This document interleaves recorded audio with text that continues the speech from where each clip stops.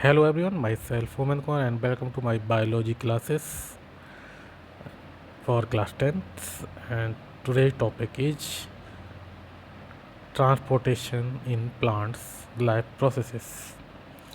Last time पे हमने transportation in animal discuss किया था और अब है उसके अगला पार्ट ट्रांसपोर्टेशन इन प्लांट में ट्रांसपोर्टेशन किस तरीके से होता है। एनिमल्स में तो हमने देखा था, इसके लिए हमारा heart, blood vessels, when and arteries, capillaries, ये सब इसमें इस्तेमाल होती हैं।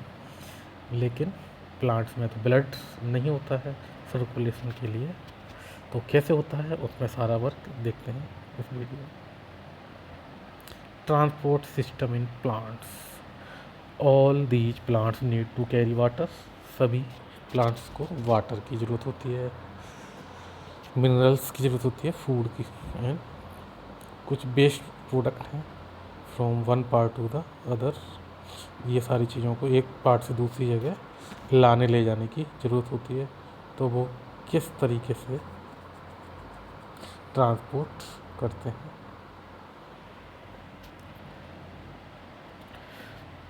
Plant to another part through a well developed transport system, तो इनमें भी एक ट्रांसपोर्ट सिस्टम होता है। This system is also called vascular system, और ये सिस्टम हमारा वेस्कुलर सिस्टम बोला जाता है। Vascular system is composed of xylem and phloem, और ये जो है जाइलम और फ्लोएम दो पार्ट से मिलकर बना होता है। Which are means only for transporting the material from one part to another part of the plants, and xylem and phloem play different role in transporting material. तो और ये एक रोल अदा करते हैं ट्रांसपोर्ट करने के लिए मटेरियल को यहाँ से वहाँ के लिए। Vascular tissues, vascular tissues is a tissue that perform the function of transport और मटेरियल इन प्लांट्स। ये टू टाइप जैसा आपको बताया गया, xylem and phloem. Xylem transport करता है वाटर एंड मिनरल को, और फ्लोएम करता है फूड को ट्रांसपोर्ट करता है। अब ये आपको एक प्लांट दिखाया गया है जिसमें आपको क्लियरली ट्रांसपोर्ट सिस्टम दिखाया गया है, जो नीचे रूट से स्टार्ट होता है और ऊपर लीफ तक जाता है। तो जो ब्लू कलर आपको इसमें दिखाया गया है वो ब्लू कलर जाइलम है, और जबकि रेड कलर फ्लोएम दिखाया गया है। हालांकि ये रियल कलर नहीं है, लेकिन बस आपको पहचान के लिए ये कलर्स दिखाए गए हैं। तो फूड मटेरियल शुगर की फॉर्म में होता है, तो वो उसी की फॉर्म में ट्रांसमिट किया जाता है।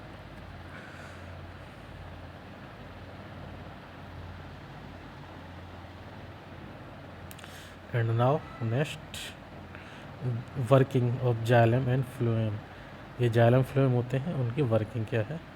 Xylem vessels transport the water and dissolve mineral from the root to the leaves through the stem, और these vessels only upward movement of water mineral occurs, these are made up of dead cells।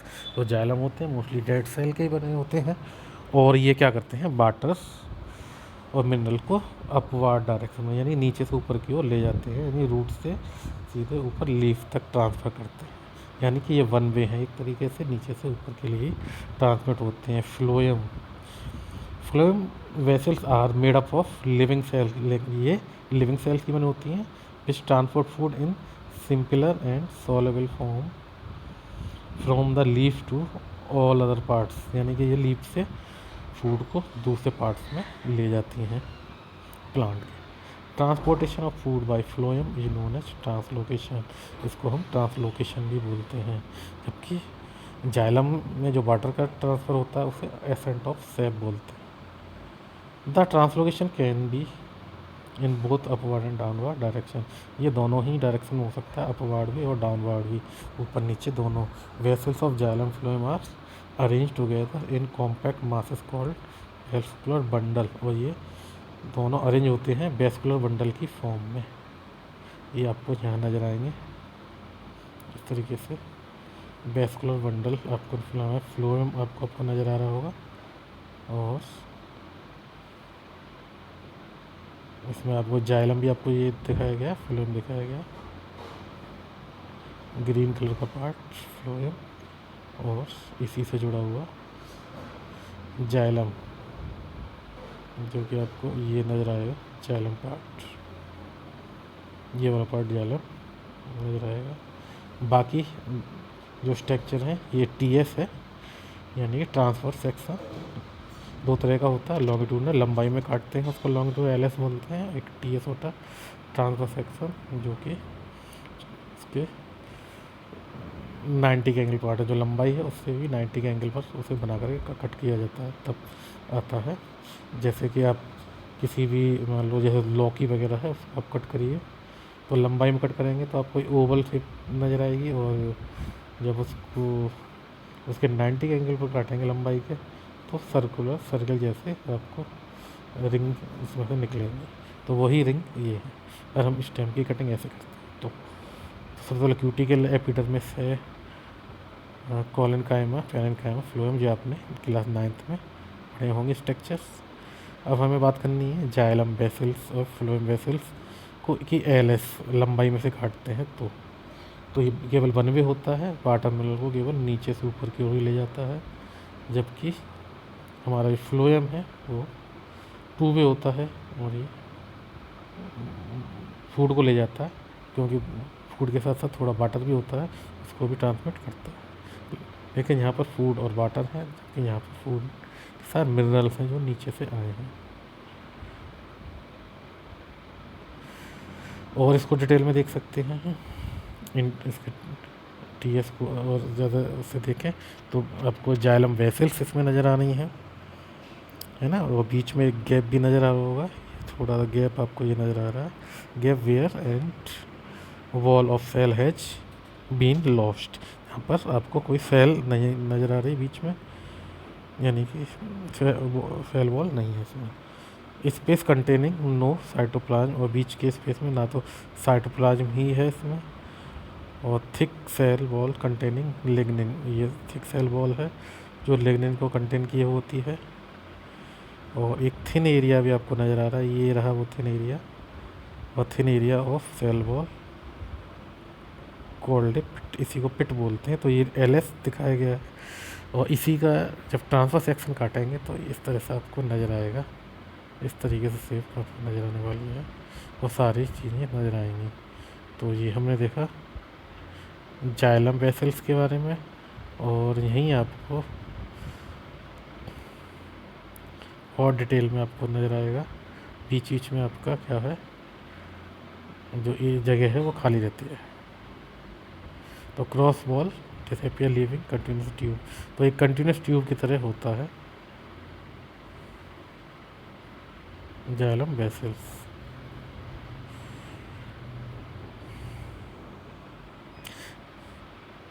इनके अंदर आपको नज़र आते हैं shape tube. अब हम बात कर रहे हैं फ्लोएम की।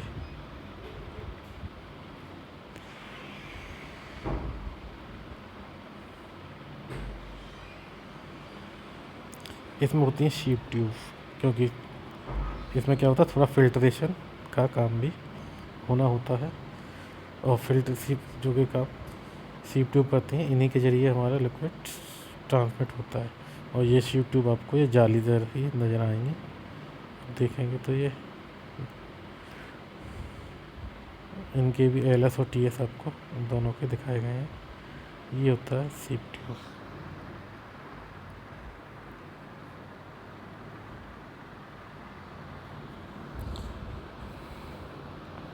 अब बात करते हैं कि रूट किस तरीके से एब्जॉर्ब करती है हमारा मिनरल्स को। ये रूट टिप दिखाई गई है, तो पैसेज ऑफ वाटर। तो रूट के अगर पार्ट हम देखें तो स्टेम का ऊपर ऊपर का जो स्टेम है, ऊपर तो स्टेम होगी, इसके बाद नीचे रूट पार्ट होगा, रूट पे रूट हेयर होते हैं। ये रूट हेयर जो छोटे छोटे हैं यही एब्जॉर्ब करते हैं वाटर को, बाकी के रीजन में नहीं होता है। बस बाकी के रीजन में हमारा जाइलम वेसल, कॉर्टेक्स है ना, रीजन सेल डिवीजन आगे चलता रहता है, फिर रूट आगे बढ़ती रहती है। Region of cell elongation, no root hair, जहाँ एलोंगेशन होगा वहाँ रूट हेयर नहीं होंगे, रूट हेयर थोड़ा छोड़कर ऊपर की ओर दिखाई देते हैं। ये रूट हेयर ही एब्जॉर्ब करते हैं वाटर मिनरल्स को। To understand the movement and transport of water in plants, you must know following terms. You might have studied these terms in lower classes. आपने पढ़ी होंगे. पहला diffusion, the movement of molecules from the region of their higher concentration to the region of their lower concentration. तो diffusion में क्या होता है, हमारे मॉलिक्यूल हैं जहाँ उनकी कंसंट्रेशन ज़्यादा है, उनकी जहाँ नंबर ज़्यादा है वहाँ से मूव करते हैं उधर की ओर जहाँ उनका नंबर कम है. तो ये होता है डिफ्यूजन. अगला है osmosis. Osmosis, the movement of water molecule from a dilute solution to a concentrated solution through a semifluid membrane. तो ऑस्मोसिस में क्या होता है, हमारा वाटर मूव करता है और ये किधर मूव करता है, ये जहाँ पर कंसंट्रेशन सॉल्यूशन की ज़्यादा है ज़्यादा की ओर मूव करता है. यानी कि ऐसे कह सकते हैं कि जिधर हमारे वाटर पार्टिकल ज़्यादा है वहाँ से उधर मूव करेगा जहाँ पर वाटर पार्टिकल कम है. Now the active transport using energy and against concentration gradient. यहाँ पर क्या होता है, इस ट्रांसपोर्ट के ज़रिए, इसे एक्टिव ट्रांसपोर्ट बोलते हैं. इसको एनर्जी की ज़रूरत होती है और इस एनर्जी के ज़रिए ही हमारे इसमें मॉलिक्यूल मूव करते हैं. जो हमारे कंसंट्रेशन ग्रेडियंट मतलब ऑस्मोसिस का जो रूल है या डिफ्यूजन के जो रूल हैं उनको फॉलो नहीं करते हैं. अब हम देखते हैं किस तरह से हमारा मूवमेंट हो रहा होता है. Movement of water and mineral through the root hair. तो ये रूट हेयर जो दिखाए थे वो हैं जो कि सॉइल के पार्टिकल पे जो फिल्म चढ़ी होती है वहाँ से लेते हैं वाटर को और धीरे धीरे ये आगे बढ़ता है और एंड में स्टेम की बाकी की सेल से होता हुआ सीधे जाइलम तक पहुँचता है और जाइलम से मूव होता है. तो इसे और ज़्यादा अच्छे से समझने के लिए एक फिगर आपको यहाँ नज़र आ रहा है. इसको और डिटेल में देखते हैं. सबसे पहले रूट हेयर से लगी हुई सॉइल पार्टिकल्स और उनके ऊपर होती है वाटर की फिल्म और यही फिल्म के जरिए वाटर एंटर करता है. Water enter into the root hairs by osmosis process के जरिए ये वाटर एंटर कर जाता है और ये वाटर आपको फिल्म डॉटेड लाइन से बारी बार दिखा हुआ ये वाला वाटर इसमें एंटर करता है. ये सबसे पहली लेयर इसमें नज़र आती है एपिडर्मिस रूट, यानी कि जो रूट है उसकी एपिडर्मिस है. ये लेयर आपको नज़र आ रही है एपिडर्मिस की. और इसके बाद water passes across the root from the cell to cell by osmosis and is also seeps between the cells. और वाटर क्या होता है, धीरे धीरे ऑस्मोसिस के जरिए आगे जाता है और आगे चल के ये कहाँ पहुँच जाता है, ये पूरा एरिया पार करता है एपिडर्मिस कॉर्टेक्स रूट का जो कॉर्टेक्स है उसे, फिर एपिडर्मिस एरिया और उसको पार करते हुए सीधा ये जाइलम बेसिल तक पहुँचता है. फिर जाइलम बेसिल के जरिए ये सीधा ऊपर water is drawn up into the xylem vessels because transpiration is constantly removing water from the top of the aerial part of the plant. क्योंकि होता क्या है कि ट्रांसपिरेशन प्रोसेस के जरिए एक फोर्स लगता है, सक्शन फोर्स लगता है, उसके जरिए ये वाटर हमारा जाइलम में मूव करता है. अब बात आती है ट्रांसपोर्ट ऑफ फूड बाय सीप ट्यूब. जो सीप ट्यूब है हमारी फ्लोएम में उसमें कैसे ट्रांसपोर्ट होता है. तो जहाँ एक्सेस हो जाती है, आपको पता है कि लीव्स की जो मेसोफिल सेल्स हैं वहाँ पर फूड हमारा स्टोर रहता है. अब यहाँ कंसंट्रेशन ज़्यादा हुई फूड की तो क्या होता है, फूड एक्टिव ट्रांसपोर्ट के ज़रिए मूव कर जाता है. Water also move as concentration in सीप्स ट्यूब इंक्रीज. तो वाटर भी मूव करेगा और हमारा जो फूड होता है सुक्रोज की फॉर्म में होता है, ये मूव करता है. और सीप प्लेट्स के जरिए है ना, सीप ट्यूब है बीच में, बाद में ये स्टोर हो जाता है जहाँ भी उसे स्टोर होना होता है किसी भी पार्ट में. प्लांट के कोई भी पार्ट में स्टोर हो, या रूट में हो, चाहे स्टेम में हो, चाहे वो फ्लावर में हो, फ्रूट में हो, जहाँ भी हो वहाँ पर वो सिंक कर जाता है। इस तरीके से सीप ट्यूब में मूवमेंट होता है। Suction, it is a force that cause a fluid to be drawn into the interior space because of difference between external and internal pressure. तो एक्सटर्नल इंटरनल प्रेशर की डिफरेंस की वजह से एक फोर्स लगता है, जैसे ट्रांसपिरेशन पुल लगता है। वाटर में ट्रांसपिरेशन होता है ड्यूरिंग द, तो आप देख सकते हैं वो लीव्स में होता है प्रोसेस। तो होता क्या है, स्टार्टिंग होती है इवेपोरेशन से, evaporation into atmosphere from the leaf surface के, वहाँ पर इवेपोरेशन होता है और वहाँ से जो वाटर मूव हो रहा है उसको ट्रांसपिरेशन बोलते हैं। और इस वाटर की कमी को पूरा करने के लिए स्टेम की सेल्स इसे पूरा करते हैं, उसके बाद जाइलम इस वाटर को पूरा करता है और जो कमी हुई उसको एब्जॉर्ब किया जाता है रूट के जरिए। तो यहाँ आप देख सकते हैं ये पूरे प्रोसेस एक कलर पिक्चर के हेल्प से। ट्रांसपिरेशन क्या प्रोसेस होता है, transpiration the process of loss of water through vaporization from the leaves and other aerial parts of plant which called transpiration. यानी कि वेपोराइजेशन मतलब वेपर की फॉर्म में बदलना, मतलब वाटर क्या है वेपर की फॉर्म में बदल जाता है और वो क्या होता है उनके लीव्स और कुछ अदर एरियल पार्ट्स हैं जो एयर के कांटेक्ट में रहते हैं, उन्हें एरियल पार्ट बोलते हैं, उनके ज़रिए क्या करता है वाटर मूव कर जाता है। ये large quantity of water is absorb by the root of plant from the soil to perform mainly photosynthesis and other activity. Photosynthesis में वाटर की काफ़ी ज़रूरत होती है और अदर एक्टिविटी के लिए भी, तो ये वाटर एब्जॉर्ब किया जाता है। For these activity only A small fraction of total absorb water is use by the plant. जो जितना भी टोटल वाटर है उसका बहुत ही कम मात्रा इन एक्टिविटी में इस्तेमाल होती है। And the remaining water is lost to the surrounding through vaporization. और ज़्यादातर जो वाटर है वो वेपर की फॉर्म में सराउंडिंग में चला जाता है, यानी मेन एक्टिविटी उनके लिए कम है।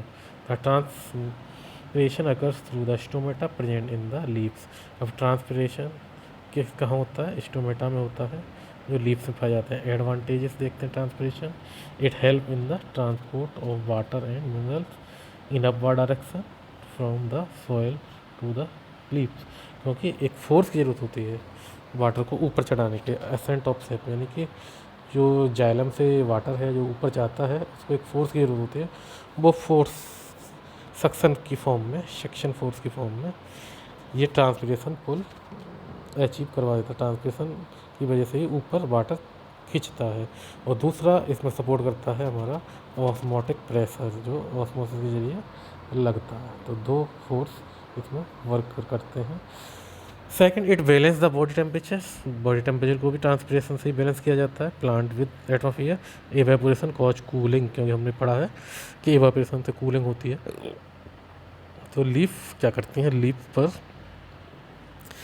जब वाटर होता है लीफ में वो इवेपोरेट होता है तो लीफ के टेम्परेचर को वो ठंडा रखता है, क्योंकि सन लाइट पड़ने से लीफ का टेम्परेचर बढ़ना शुरू हो जाएगा और वो डैमेज होंगे, उससे भी ये बचाता है डैमेज होने से। The excess water is remove from the body of plants. और जो एक्सेस वाटर है वो प्लांट बॉडी से बाहर निकाल दिया जाता है। डिसएडवांटेज ऑफ ट्रांसपिरेशन से कुछ नुकसान भी है। Loss of water from the plant decrease the rate of photosynthesis. पहले तो ये फोटोसिंथेसिस के रेट को कम कर देता है, क्योंकि वाटर का लॉस होना शुरू हो रहा है। तो फिर मे भी पॉसिबल है कि फोटोसिंथेसिस के लिए जो वाटर चाहिए उसकी अभी कमी हो जाए। It reduce the growth of plant, ये प्लांट की ग्रोथ को कम कर देता है। और प्लांट स्टार्ट विल्टिंग ड्रॉपिंग, यानी प्लांट में क्या होता है मुरझाने की टेंडेंसी आ जाती है, प्लांट मुरझाने लग जाते हैं। तो इस तरीके से ट्रांसपिरेशन काफ़ी हेल्पफुल होता है। तो हमने इसके फ़ायदे और नुकसान सारी चीज़ें देखी। ओके, मिलते हैं नेक्स्ट वीडियो में। और नेक्स्ट वीडियो हम डिस्कस करने वाले हैं एक्सक्रीशन के बारे में, कि किस तरह से एक्सक्रीशन एनिमल एंड प्लांट्स दोनों में होता है। Thank you very much. Have a nice day.